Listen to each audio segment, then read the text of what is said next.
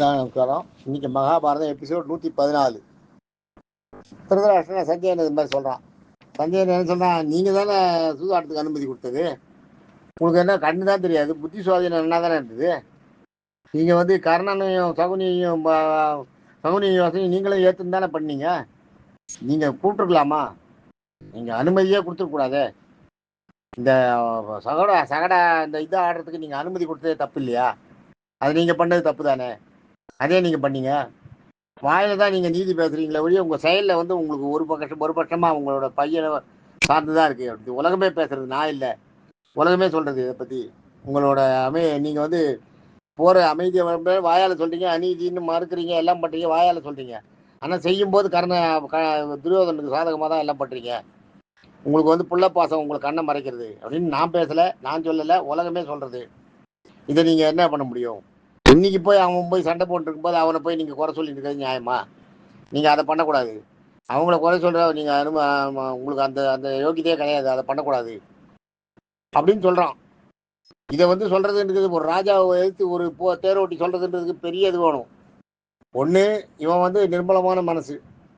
ரெண்டாவது, இவனோட கண்ணாலதான் அவனுக்கு தெரியுது தேர்ல நடக்கிறது என்னன்னு தெரியுது, சண்டை யுத்தத்துல கிருஷ்ணனுடைய அருள்னால.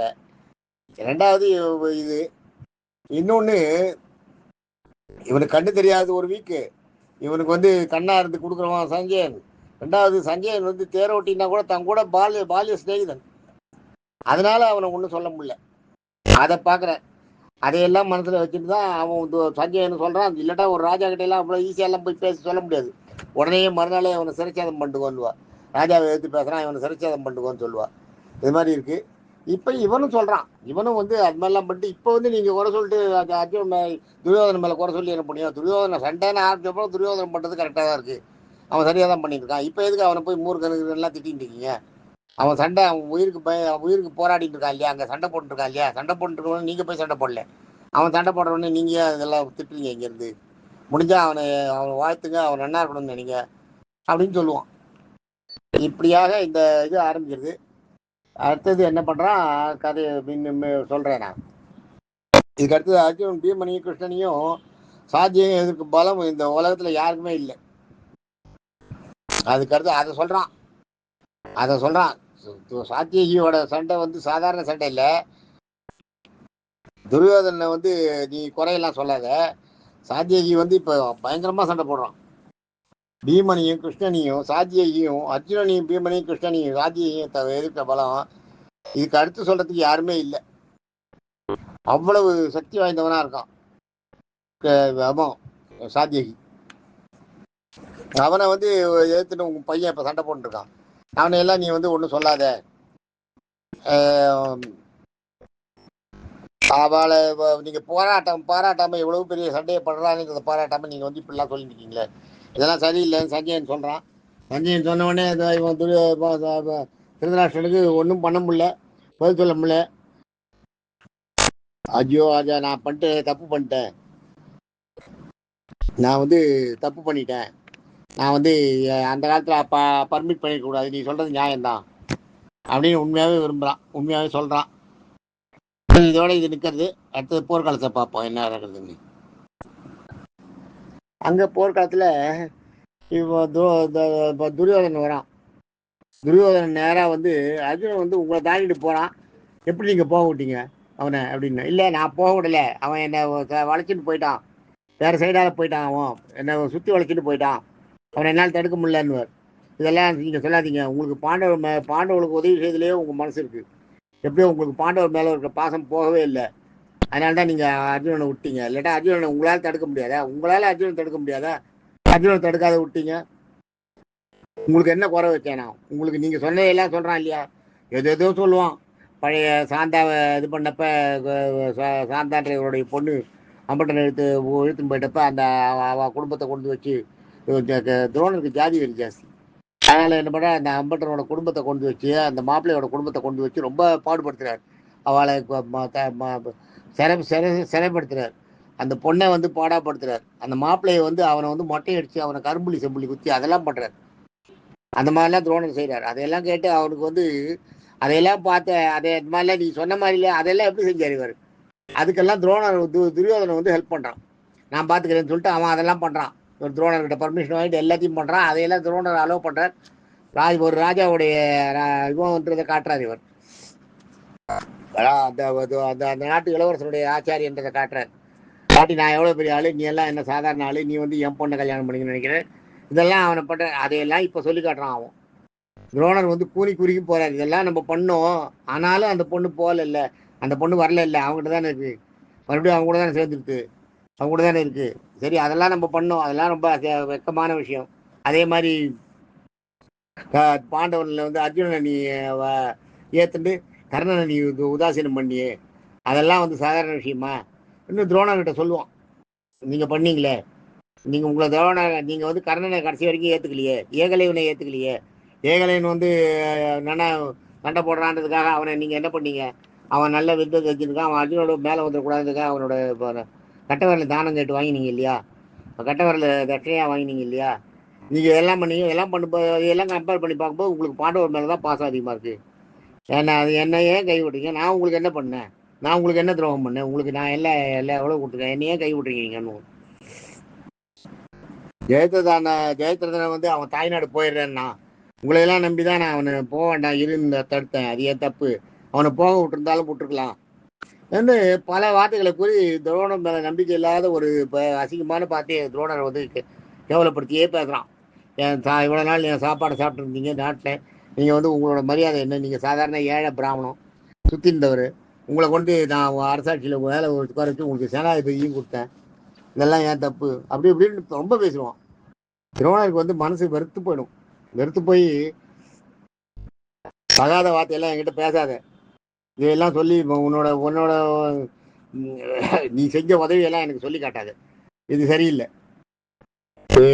மகனை போன்றவன், இதுதான் சரியான நேரம், நாம தர்மரை சிறை எடுக்கணுன்ற அந்த பிரதிஜையை நீ மறந்து போயிட்டேன்.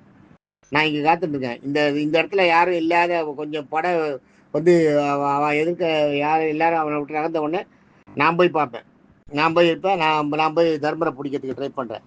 தர்மரை பிடிக்கணுன்றது தான் எனக்கு கொடுத்துருக்க கட்டளை, நீ அதை நான் செய்யறதுக்கு ட்ரை பண்ணிட்டு இருக்கேன், அதனால நீ வந்து என்ன இது பண்ணாத அப்படின்னு. அது வேணா ஒன்று பண்ணு, நான் எனக்கு இந்திரன் கொடுத்த கவசம் இருக்கு, அந்த கவசத்தை கொடுக்குறேன், அந்த கவசத்தை போத்திக்கோ, நீ போத்துட்டு நீ அர்ஜுனனை ஃபாலோ பண்ணிட்டு போ, பரவாயில்ல, அந்த கவசம் இருக்க வரைக்கும் ஒன்று அர்ஜுனன் ஒன்றும் பண்ண முடியாது, அந்த கவசத்து மேலே பட்டா தெரிச்சு போகும் எல்லாம். இந்த இது இந்திரன் எனக்கு கொடுத்த கவசம், இந்த கவசத்தை நான் உனக்கு தரேன், அந்த கவசத்தை விட்டு அவங்ககிட்ட கொடுத்துருவார். இந்த கவசம் இல்லாத இவர் போய் சண்டை போடுறதுக்கும் யோசிப்பார், ஆனா அந்த நேரத்துக்கு அது அர்ஜுன் துரியோதனுக்கு தேவை கைட்டி கொடுத்தார். உடனே போறான் துரியோதனை வந்து அர்ஜுன விரட்டின்னு போறான். அர்ஜுனன் வந்து சேனையிலிருந்து விடுபட்டு வெகு தூரம் வந்து விட்டான்.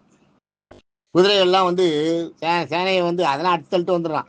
குதிரைக்கெல்லாம் ஓய்வு தேவைப்படுது, குதிரைகள்லாம் சளைச்சு போச்சு, என்ன ஆகும்னு தெரியல. அதனால குதிரைக்கு ஒரு 5 நிமிஷம் ஆசுவாசப்படுத்துறது கட்டி விடுறான்.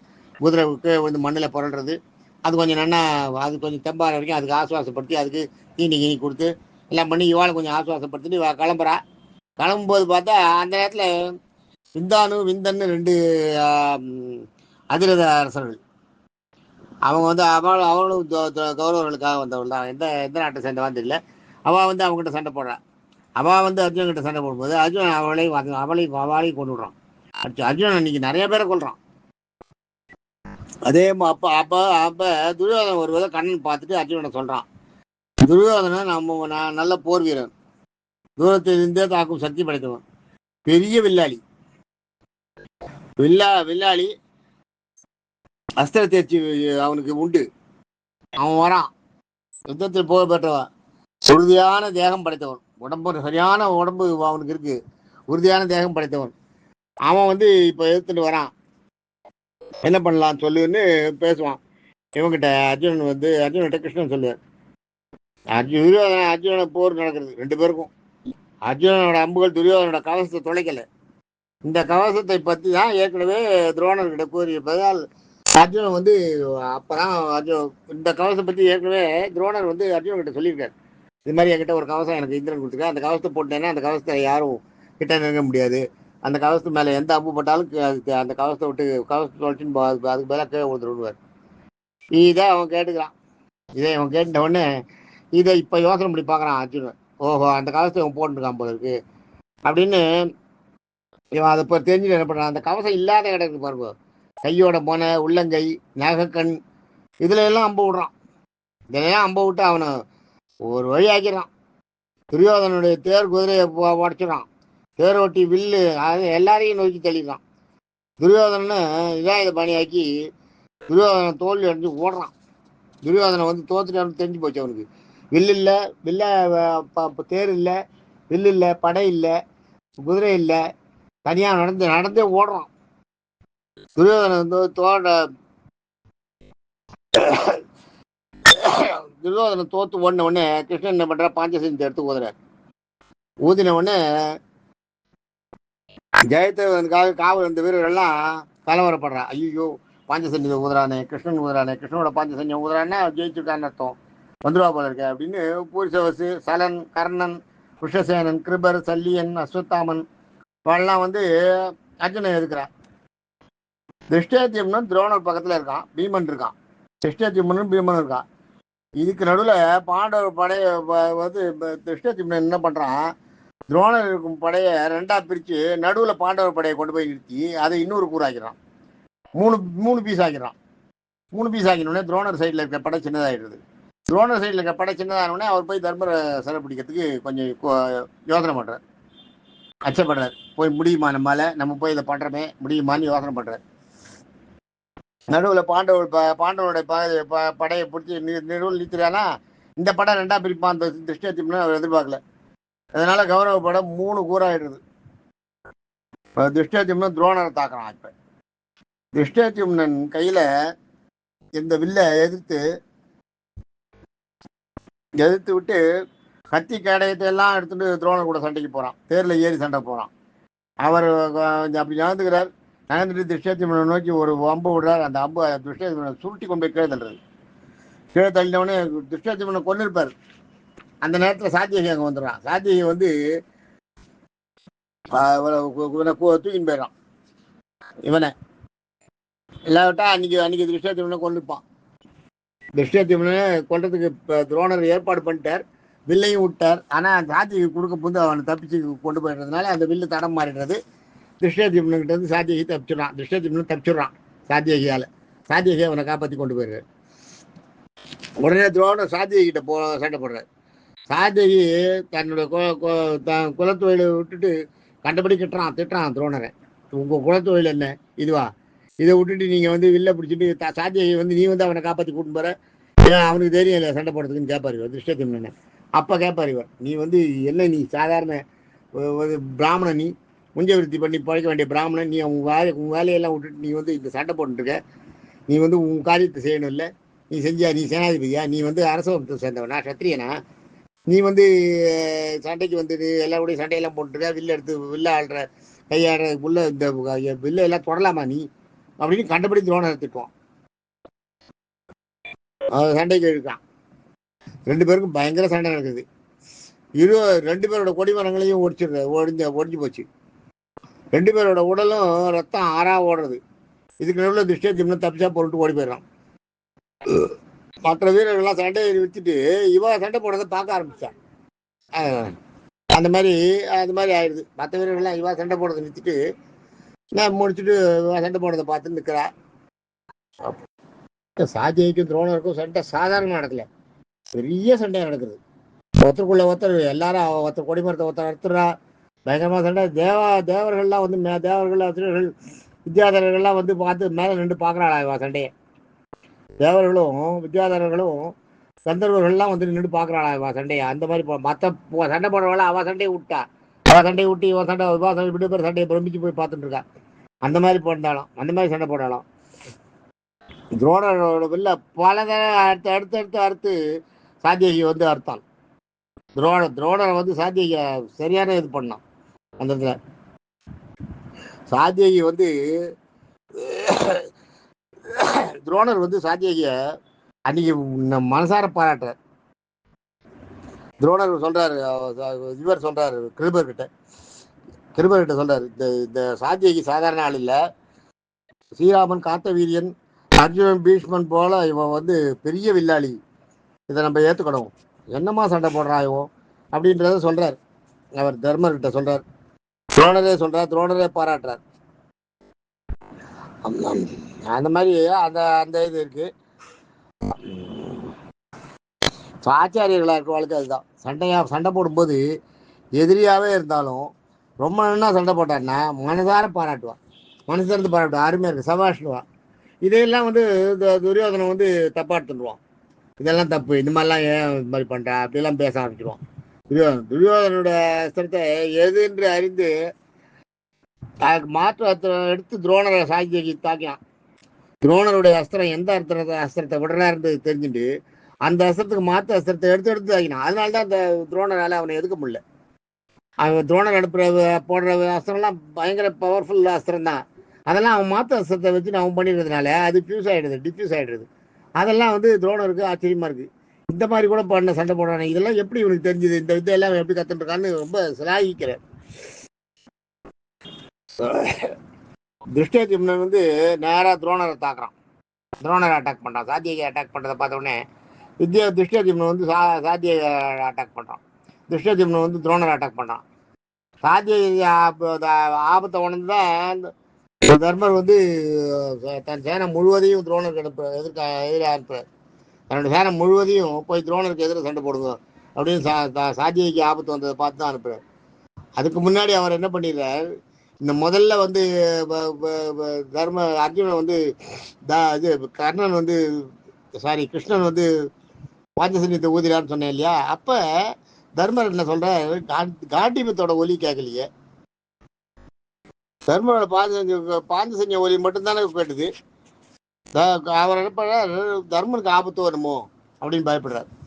இவருக்கு அர்ஜுனனுக்கு ஆபத்து வருமோ, அதனாலதான் அர்ஜுனனோட காண்டிப ஒலியை காணும் கிருஷ்ணனே இறங்கி சண்டை போடுறாரு போல இருக்கு. கிருஷ்ணன் சண்டை போட மாட்டேன்னு பிரதிஜை எடுத்துட்டு அந்த பிரதிஜையை எடுத்துட்டு மாத்திட்டு சண்டை போடுறாரு போல இருக்கு அப்படின்னு சொல்றார். இவன் இதுக்கு சாத்தியகி இவர்கிட்ட தப்பிச்சு போயிடறா இல்லையா. உடனே இவர் என்ன பண்றாரு, தர்மர் நீ போன்னு பீமனை அனுப்புற, பீமனை நீ போய் பீமனை இது பண்ணு, பீமனை வந்து காப்பாத்தி நீ அப்படின்றார். திருஷ்டத்யும்னனை அனுப்பி சாத்தியகை காப்பாற்ற சொல்ற, சாத்தியகை தப்பிச்சு வந்துடுறான். அதுக்கப்புறம் இது போனது பீமனும் காணும். பீமன் நேராக போறான். சாத்தியகை கூட சாத்தியகை தர்மர் அனுப்புறார். அடுத்து பீமனை காணும். அவரை தேடி போன பீமனை காணும். பீமன் போகும்போது என்ன பண்றான்னா, பீமன் திருஷ்டத்யும்னனும் தர்மரை பாதுகாக்க சொல்லிட்டு போனான். பீமன் வந்து திருஷ்டத்யும்னனையும் அந்த சாத்தியகையும் கூப்பிட்டு ஜாக்கிரதையா பார்த்துங்கோ அப்படின்னு சொல்லிட்டு அர்ஜுனை நோக்கி போறான். இவனை அர்ஜுனை போகக்கூடாத, அர்ஜுனனை வந்து அர்ஜுனை போகக்கூடாம தடுக்கிறான். சாத்தியகி அந்த கௌரவ சேனை வந்து சாத்தியகையும் அர்ஜுனனையும் அவளை போகக்கூடாத தடுக்கிறான். இப்படி சாத்தியகி அர்ஜுனன் இல்லைன்னு தெரிஞ்ச உடனே துரோணர் என்ன பண்றாரு, தர்மர் சாத்தியகம் இல்லை அர்ஜுனும் இல்லைன்னு உடனே திருஷ்டத்யும்னன் சண்டை போடுறான்.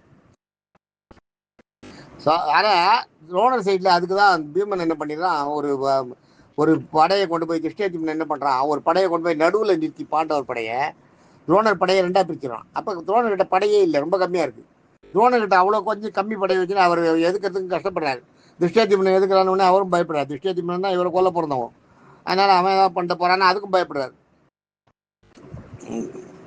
சாத்தியையும் காணும்னு ஒண்ணு அர்ஜுனன் வந்து பீமனை போக சொல்றாரு. முதல்ல சாத்தியகை அனுப்புற போக சொல்லி, சாத்தியகை தேடி போன சாத்தியையும் காணும்னு ஒண்ணு பீமனை அனுப்புற. பீமன் போக மாட்டேன்றான். நான் அவன் வந்து அர்ஜுனுக்கு அவனால் முடியும், அர்ஜுன் பயங்கர வில்லாளி, அவன் சமாளிச்சுட்டு வந்துடுவான், இப்போ இவங்களை விட்டு போகிறது சரியில்லை, எனக்கு வந்து இப்படிதான் எனக்கு கட்டளை கொடுத்துருக்காங்க. அப்போ தர்மன் என்ன சொல்ல, நான் தான் ராஜா, நான் தான் சக்கரவர்த்தி, நான் சொல்றேன், நீ போய் பீஷ்மரை பார்த்துட்டு வா அப்படின்னு சாத்தியகை அனுப்புவார். நீ போய் முதல்ல வந்து அர்ஜுனன் எங்க இருக்கான் என்ன அந்த நிலைமையாவது எனக்கு தெரிஞ்சுக்கணும் சொல்லு அப்படின்னு சொன்ன உடனே என்ன பண்ணுவான் சாத்தியகி, சரி நீ பீமனை கூப்பிட்டு நீ எங்கேயும் வராது, நீ இங்கே இரு, நீயும் திருஷ்டத்யும்னனும் தர்மருக்கு காவலா இருக்கும்னு சொல்லிட்டு சாத்தியகி போறான். போன சாத்தியையும் போய் ரொம்ப நேரம் ஆச்சு காணும். சாத்தியகி நடுவில் துரோணர் படைக்கிறார் இல்லையா, அந்த சண்டையெல்லாம் நடந்துட்டு இருக்கு. இவரை தாண்டிட்டு சாத்தியகி போறான். அதனால அவங்க துரோணர் சாத்தியகையும் காணும்னு உடனே